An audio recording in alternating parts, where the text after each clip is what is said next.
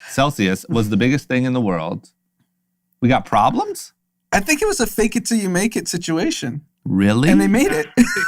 So they made it. So you think they're in the clear? I think they're in the clear because the drink's everywhere. Everyone I know loves it. So Russell Simmons was involved early on. Okay. And Russell Simmons' ex-wife, Kimura, her husband after Russell was the banker that did all the Jolo stuff. Yeah. Yeah. And he got into hot water, wrote a $40 million fine. I think he's cleared of everything now. Yeah.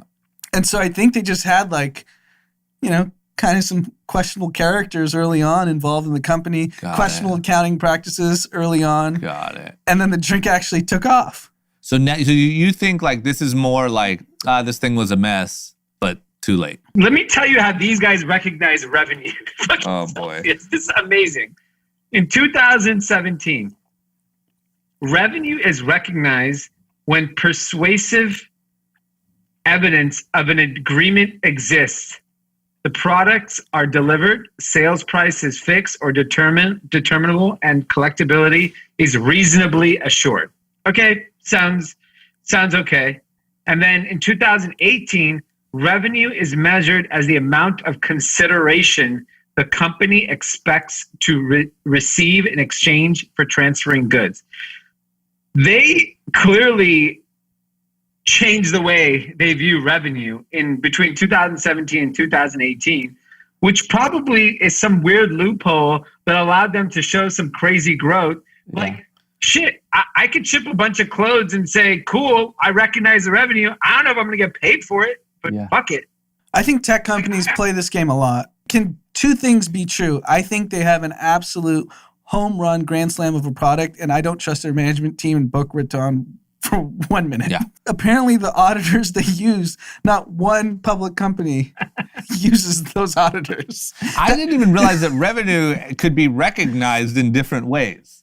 Yeah. I thought revenue was revenue. I didn't realize. I mean, WeWork has done a bunch of revenue recognition. Yes. Got it. They're big on revenue recognition. Got it. Okay, I didn't realize. I mean, something new. I just want to let you guys know I made $100 million this year. Great. Because I recognize that what I would have done had I... What I manifested. My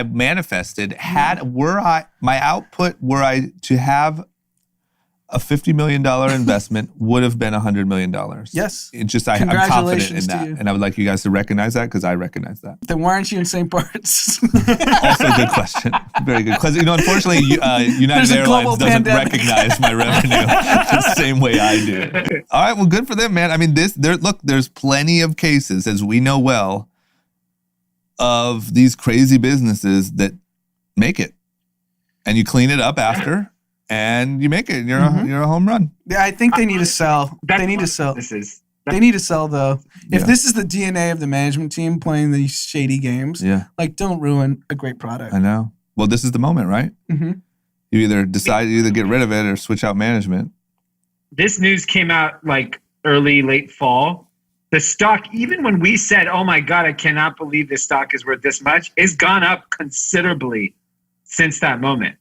And now the company is worth $3.18 billion, trading at 40, and after hours just popped. It's now trading at $49 a share. When we talked about it, it was like 30 weeks ago. Yeah, it was in the high 20s. Yeah, you gotta sell it. Seems cheap. I mean, another thing, I want to do a deeper dive on it next year. But I went on a rabbit hole of Dan Bilzerian's current issues, and one of the big things there is they booked their PPP money as revenue because they got like $1.5 million and they need every dollar they clever. can get. Yeah, that's revenue recognition. There you go. I recognize it. You recognize it. We're all good.